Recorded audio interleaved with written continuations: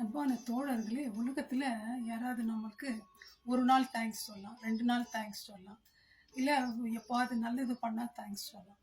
ஆனா, ஒருத்தர எப்பொழுதுமே துதிச்சுட்டு அவருக்கு நன்றி சொல்லிட்டு இருக்காங்க. யார் தெரியுங்களா? இயேசு கிறிஸ்து. இயேசு கிறிஸ்து ஏன் அப்படி பண்றாங்க? என்ன நன்மை செஞ்சார் அவரு?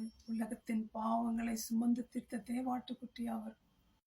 அன்புள்ள தேவன், ரட்சிக்கிறவர், காப்பாத்தினவர், நம்முடைய கவலைகள் எல்லாம் நீக்குகிறவர். துதிக்கும் பொழுது என்ன ஆகுதா? கட்டுகள் எல்லாம் விடுபடுது. பவுலும் சீலாவும் சிறைச்சாலையில் அடைக்கப்படுறாங்க. கட்டப்பட்டு இருக்காங்க கட்டுகளினால். அவங்க வாய் கட்டப்படலை. ஸோ அந்த நெருக்கத்தின் மத்தியிலும் ஒருவேளை இப்படி திரும்பி கிருப்பி கூட முடிஞ்சிருக்காது அவங்களால. ஆனாலும் அதை அவங்க பொருட்படுத்தாம தங்களுக்கு வாயினால தேவனை துதிக்கிறாங்க.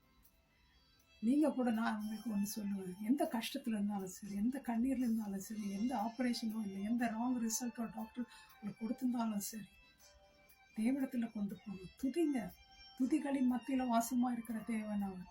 24 மூப்பரும் 1000 தெய்வ தூதர்களும் தாழ விழுந்து பணிந்து சிங்காசனத்துக்கு முன்பாக வீற்றிருக்கிற தேவாதி தேவனை, கத்தாதி கத்தனை, ராஜாதி ராஜனை ஒவ்வொரு நாளும் ஒவ்வொரு செகண்டும் துதிச்சு நிற்கிறாங்க. அது மாத்திரம் இல்லை, வானத்துல மாத்திரம் இல்லை, பூலோகத்துல கோடா கோடி மக்கள் உலகமே இப்போ அவருக்கு துதிச்சுட்டு இருக்குங்க. ஒருவேளை நீங்க துதிக்கிறீங்களோ இல்லையோ எனக்கு தெரியாது. சண்டே தான் துதிக்கணும் நல்லா கிடையாது.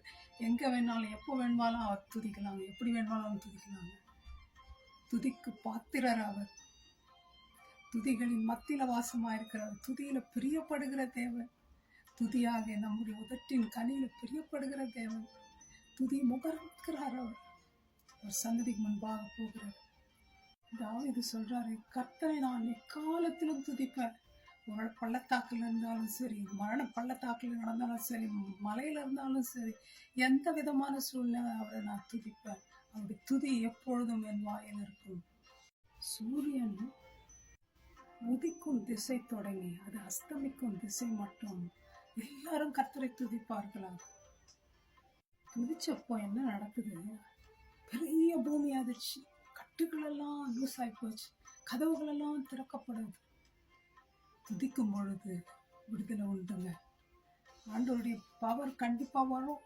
ஆண்டவர் வருவார். துதிகளின் மத்தியில வாசமா இருக்கிற தேவன் நீ துதிக்கும் பொழுது எப்போ நம்ம அவர் ஆராதிக்கிறோமோ அங்க இருப்பன்றார். நீங்க துதிக்கிறீங்களா? கவலையெல்லாம் மறந்துடுங்க. ஒரு நிமிஷம் துதிச்சு தான் பாருங்க ஆண்டவரை. என்னுடைய மகன் கூட சிக்கா இருக்கும்பொழுது நான் ஆண்டவரை துதிச்சேன். ஆண்டவரே நான் உனக்கு துதிக்கிறோம்பா, அந்த கஷ்டம் எனக்கு தாங்க முடியல. ஜெபிச்சப்போ ஆண்டவர் விடுதலை கொடுத்தார். உங்களுக்கு விடுதலை வேணுமா? ட்ரை பண்ணுங்க. தாவீது சொல்றாருங்க, என் புலம்பலை ஆனந்த களிப்பாக மாற்றினீர், என் மகிமை அமைதியாயிராமல் உம்மை கீர்த்தனம் பண்ணும்படியாக நீர் என் ரட்டை களைந்து போட்டு மகிழ்ச்சினால் என்னை இதை கட்டினீர். தாவீது கூட சவுல் மூலமா நிறைய சோதனை, ஈவன் கொலை பண்றதுக்கே ஈட்டி எடுத்து எத்தனையோ முறை அம்பா எய்கிறார். ஆனாலும் துதித்துட்டே இருந்தார் தாவீது. வீணைனாலும் சுரம்பண்டத்தினாலும் கர்த்தரை துதிப்போம் சொல்றார். கர்த்தருக்கு போவோம் வாருங்கள் என்று சொன்னப்போ மகிழ்ச்சியா இருங்க. துதிக்கிறதுக்கு நான் மகிழ்ச்சியோட போறேன். நம்ம எத்தனை பேர் அப்படி இருக்கிறோம்? இல்லை அழுதுன்னு போறோமா கோயிலுக்கு வாங்கன்னு? துதிப்போம், அதிசயத்தை பெறுவோம், கர்த்தரை வாயினால ஸ்தோத்திரிப்போம். தேங்க்யூ. Bye my friends.